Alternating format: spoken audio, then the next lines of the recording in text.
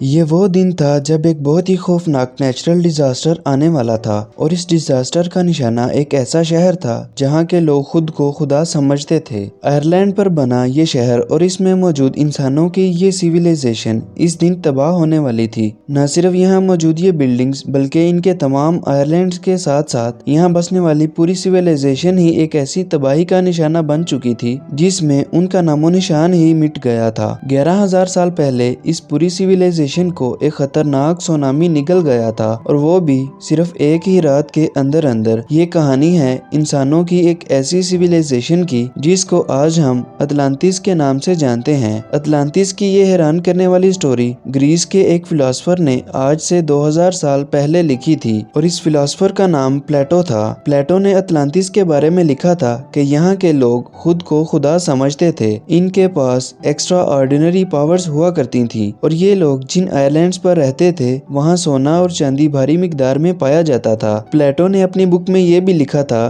कि अटलांटिस के लोग काफी अयाश पसंद थे और अपनी पावर्स का गलत इस्तेमाल करते थे। इसी वजह से इन पर एक ऐसा कुदरती अजाब आया जिससे इस दुनिया से उनका नामो निशान ही खत्म हो गया। 2000 साल पहले लिखी गई अटलांटिस की ये कहानी आज एक हिस्टोरिकल मिस्ट्री बन चुकी है। दोस्तों, इस मिस्ट्री के बारे में डिटेल से बात करते हैं आज की इस वीडियो में। एग्जिस्टिंग यूनिवर्स के चैनल पे एक नई वीडियो में खुश आमदीद। नाज़रीन, समुंदर के अंदर डूबी हुई मिस्टीरियस सिटीज की तरफ हर कोई ना चाहते हुए भी अट्रैक्ट होता है और खास तौर पर वो सिटीज जिनके बारे में कोई इन्फॉर्मेशन भी नहीं होती। इन मिस्टीरियस सिटीज में अगर सबसे टॉप पे कोई नाम आता है तो वो नाम है अटलांटिस का। अटलांटिस को समुंदर में तलाश करने के लिए एक्सपर्ट्स कई अटेम्प्ट्स कर चुके हैं। इनमें से एक अटेम्प्ट जापान के एक रिमोट आइलैंड के करीब किया गया था जो यूनागुनी के नाम से जाना जाता है। यहाँ मौजूद समुंदर का पानी न सिर्फ खौफनाक है बल्कि इस जगह से अक्सर टाइफून्स भी निकलते हैं। इसी के साथ यहाँ पानी के अंदर हैमरहेड शार्क्स के टोले भी देखे गए हैं क्योंकि समुंदर के इस खतरनाक हिस्से में डाइविंग करना डीप सी डाइवर्स के लिए एक बहुत बड़ा चैलेंज होता है। इसी वजह से ये जगह काफी अरसे से एक्सपर्ट्स की नजरों से छुपी हुई थी। किहाचिरो अराटाकी वो डाइवर है जिसने अपनी जान की परवाह किए बगैर यूनागुनी में डाइव किया था। इस डाइवर का कहना है कि जब मैं पानी के अंदर गया तो यहाँ पानी बिल्कुल क्लियर क्रिस्टल था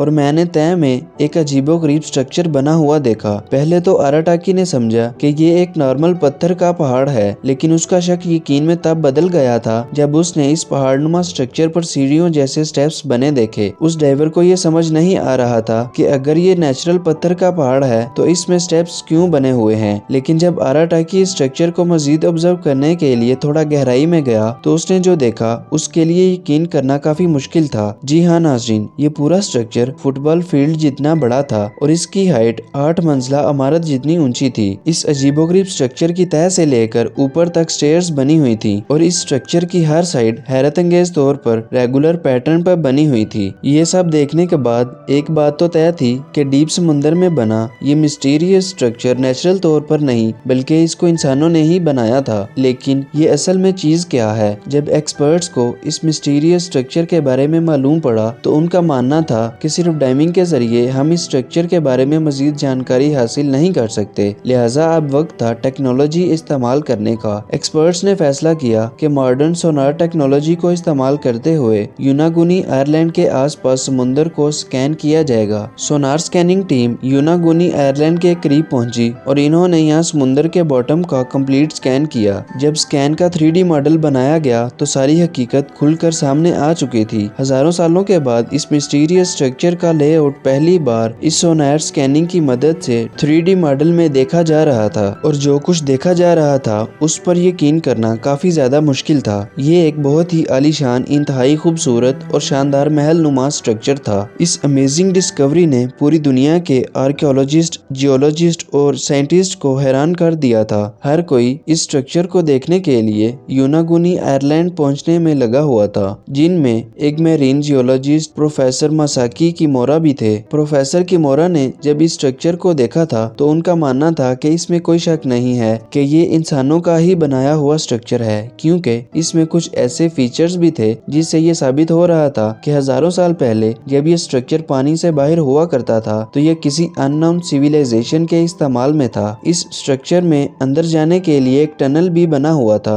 जो शायद इसकी मेन एंट्रेंस थी। इस एंट्रेंस और स्टेयर्स तक जाने का प्रॉपर रास्ता बना हुआ था। ये स्टेयर्स बाकायदा तौर पर स्ट्रक्चर के टॉप तक जा रही थी और इसके टॉप पर बिल्कुल फ्लैट टेरेसेस भी बने हुए थे। ये टेरेसेस इतने बड़े थे कि यहाँ हजारों लोग एक ही वक्त में खड़े हो सकते थे। यूनागुनी आयरलैंड के पास समुद्र में पड़ा ये स्ट्रक्चर, जिसकी एंट्रेंस भी थी, पाथवे और स्टेयर्स भी थी और टेरेसेस के साथ साथ एक पूल भी बना हुआ था। ये सारी चीजें प्रोफेसर किमोरा को यही इशारा दे रही थी कि ये स्ट्रक्चर किसी दौर में यहाँ रहने वाली सिविलाइजेशन का कैसल हुआ करता था। लेकिन अपनी इस थ्योरी को प्रूव करने के लिए कुछ सबूत भी चाहिए थे जिससे ये साबित हो कि वाकई यहाँ इंसान किसी दौर में बसते थे। इसके लिए एक बार फिर इस अंडर वाटर स्ट्रक्चर का मुआयना किया गया और कुछ सैंपल्स भी कलेक्ट किए गए। इन सैंपल्स में ज्यादा तो कुछ नहीं मिला, लेकिन एक चीज ऐसी थी जो वाकई बहुत अजीब दिख रही थी। यहाँ से मिलने वाले एक पत्थर पर एक क्रॉस नुमा एक सिंबल तराशा हुआ था